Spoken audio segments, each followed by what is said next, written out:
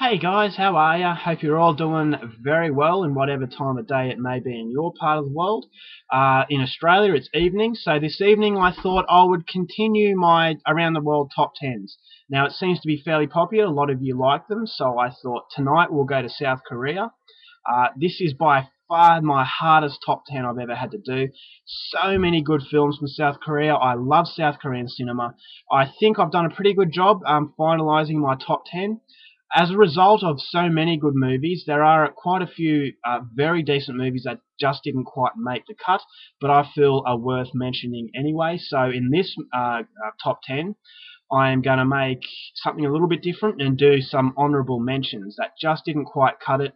Not necessarily saying they weren't as good as far as quality is concerned, just for my enjoyment value and my opinion, I just didn't feel I had as much fun as I did with the movies that I've chosen.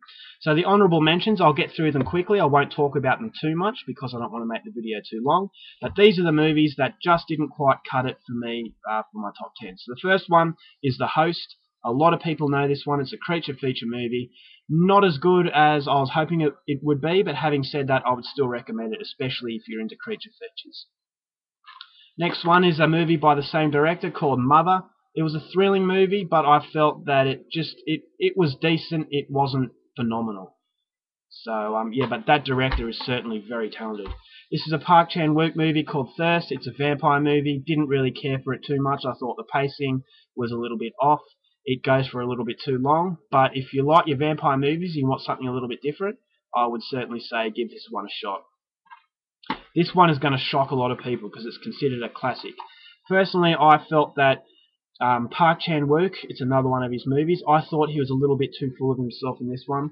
This is called Sympathy for Mr. Vengeance. Very good movie, very heartbreaking, but I just don't feel it was as good as his other movies. I haven't actually seen Lady Vengeance yet, but compared to Oldboy, this movie is not as good.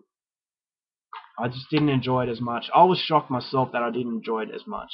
This one is The Chaser, a serial killer movie. I thought that it dragged a little bit in the middle stages, but a memorable film, but once again, doesn't get into my top 10 because I just didn't enjoy it as much as I probably should have. And then last but not least is Attack the Gas Station. This is a far out funny film. But the fact that it just doesn't have tremendous replay value, so as a result, it doesn't go into my top 10. So they're my honourable mentions. South Korea delivers so many good movies, but unfortunately there have to be movies that I leave out, and those were the films. So I'm going to start off at number 10 and go down to number 1. These are my top 10 South Korean films. So number 10, we're going to start off with a horror comedy, and this one is called Chore. It's about a killer boar, a massive boar that is terrorizing this country's community. I found it really, really enjoyable. I laughed a lot, and there were genuine scenes of suspense. The CGI boar is done very well. It's a very comical film. It's very slapstick, so the humour will translate to anyone. And I felt that the ending, featuring a little piglet looking at the screen, was absolutely hilarious. I really enjoyed this movie. A lot of fun, and I feel that it's a worthy contender for my number 10. So it's number 10, Chore. Number 9, we got a Kim Ji-woon film, the same director of I Saw the Devil and A Tale of Two Sisters. This was his very first movie called The Quiet Family. It's horror, comedy, and there's just a disturbing element, but it's quite a mild film, so most of the family could enjoy this one.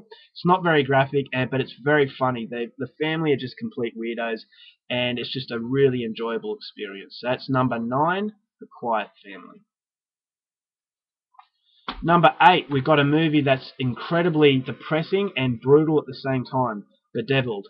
This is one of the more underrated South Korean horror films. I haven't heard too many people talk about it, but it's really, really sad, and it's got some really good gore in it. So this is more of a hardcore sort of South Korean horror film, so if you like your gore, you're going to really like this one. So that's number 8, Bedeviled. 7, we have a very crazy movie. I loved it up until the ending. I thought the ending didn't ruin it, but it could have been a masterpiece if it hadn't have been for the unfortunate ending. This is called Save the Green Planet. A really sad movie. There is a lot that you can think about. It sounds like a ridiculous ride, but there is a lot more serious than you'd think. So a very memorable experience. I thought the ending was a little bit rubbish, but having said that, it didn't ruin the experience. So that's number 7, Save the Green Planet. 6, we've got another Ji Woon Kim film. Sorry, I keep stuffing up his name.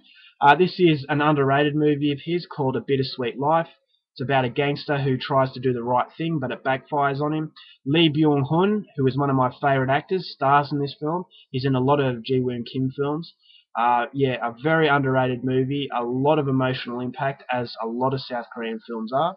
So if you haven't seen this one, I really recommend you go out there and see it.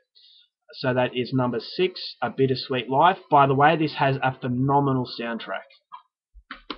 Number 5, another Ji Woon Kim film. This is called A Tale of Two Sisters. This is one of the more recognizable South Korean horror films. Once again, it has so much emotion in it. As is the case with a lot of South Korean films, there are a lot of layers, and this movie is no different. It's since been remade, called The Uninvited in America, but The Uninvited is nowhere near as good as this one. I felt that this is as close to perfection as you could probably get. So that is number 5, A Tale of Two Sisters. 4, once again, another Ji Woon Kim movie. This is called The Good, the Bad, the Weird. This is a send-up of The Good, the Bad, the Ugly. I enjoyed this immensely.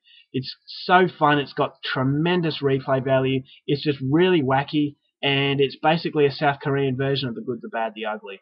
So if you enjoyed that one, chances are you're going to really enjoy this one. It's just a really, really fun ride. And as a result of that, it certainly warrants a number 4 spot.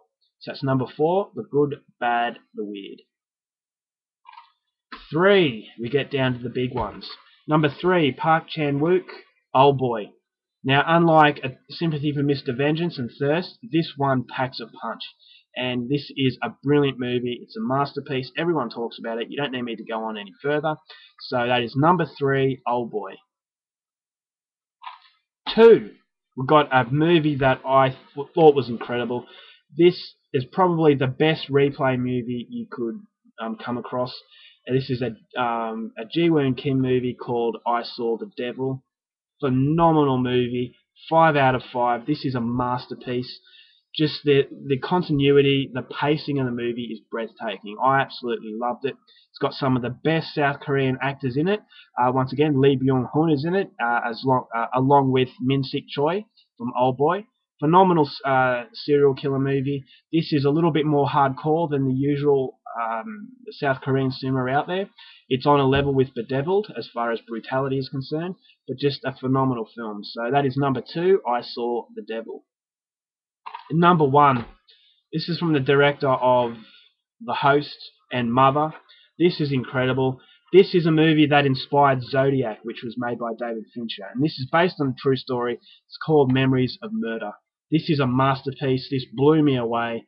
It's just everything you want in a movie. It's just a perfect film, and I would highly recommend anyone out there to go and see it as soon as possible. This one is just breathtaking. So that is number 1 in my South Korean top 10, Memories of Murder. Alright guys, that's it. That's it for my top 10. I hope you enjoyed it. Hopefully you got a few new films out of there.